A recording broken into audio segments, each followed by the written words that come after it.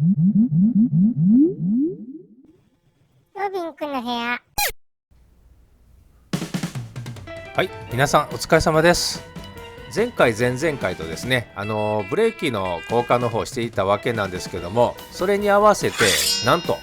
キャリパー塗装もね実はしていたんで、ちょっとねご紹介したいと思います。キャリパーの外し方についてはですね、前回前々回でフロントとリアのブレーキの外し方と動画上げてますんでね、参考にご覧ください。はい、ということでこちらがですね塗る前の状態になります。それほどね汚れてないように見えますね。まあこのままでもいいんですけどね。今回、使用する、塗料の方ですけど、こちらです。下からはい、ということで今回のこれですね、ソフト99の耐熱ペイント、チタンカラーを今回チョイスしてみました。なんかねチタンってこういいですよね。なんかね私好きなんで、一応ちょっとねガンメタが本当は欲しかったんですけども、まあそれに近いかなということで今回、選んでみました。はい、それではねもう早速塗装の方始まっておりますけども、マスキングの方ですね、可動部分とかいたしまして、でこれはですねもう事前に、脱脂した状態になります。結構ねブレーキダストとかついてもコテコテで汚かったんですが、もうこれがもう限界です。もうかなりね磨いたんですけどもね、なかなか綺麗になりませんでした。スプレーはですね、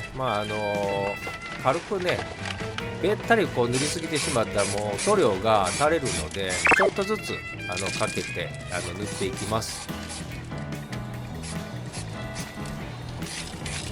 これキャリパーを外さなくても、そのままですねハケとかで他のねこう入れ物にこう移して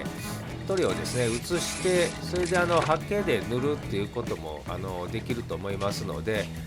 ちょっとねキャリパー外すのめんどくさい人はそういう方法でもいいかと思います。はい、それでは気になるチタンカラーの方ですけど、ご覧の通りでございます。若干ですね色合い的にはゴールドっぽく見えますね。もうちょっとガンメーター寄りかなって思ってたんですけども、どちらかといえばゴールドに近いですね。ちょっと薄いゴールドですかね。はい、結構この色はこの色で単品で見ればすごく綺麗です。はい、今度は後ろ側の塗装になります。後ろ側のステーはですねちょっと外さなくてもそのまま塗ってますね。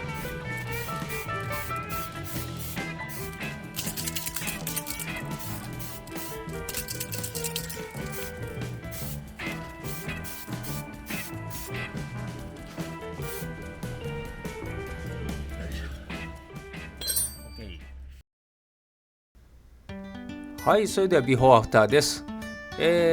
これが塗る前の状態になるんですけど、やっぱり汚いですね。ダストとかねついても汚れがもう取りません。もうこういうの見たらね塗りたくなりますね。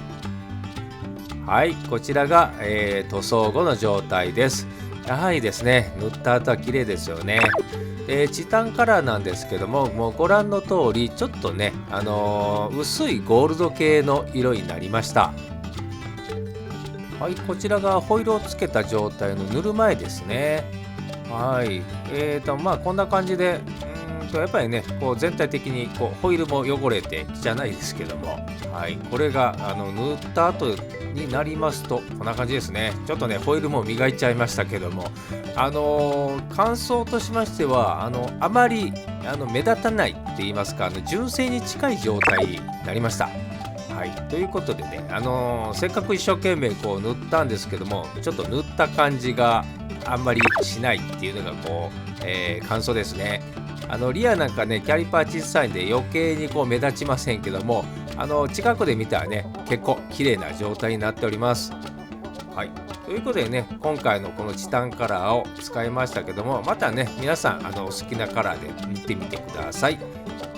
はい、それでは最後までご視聴ありがとうございました。また次回もよろしくお願いいたします。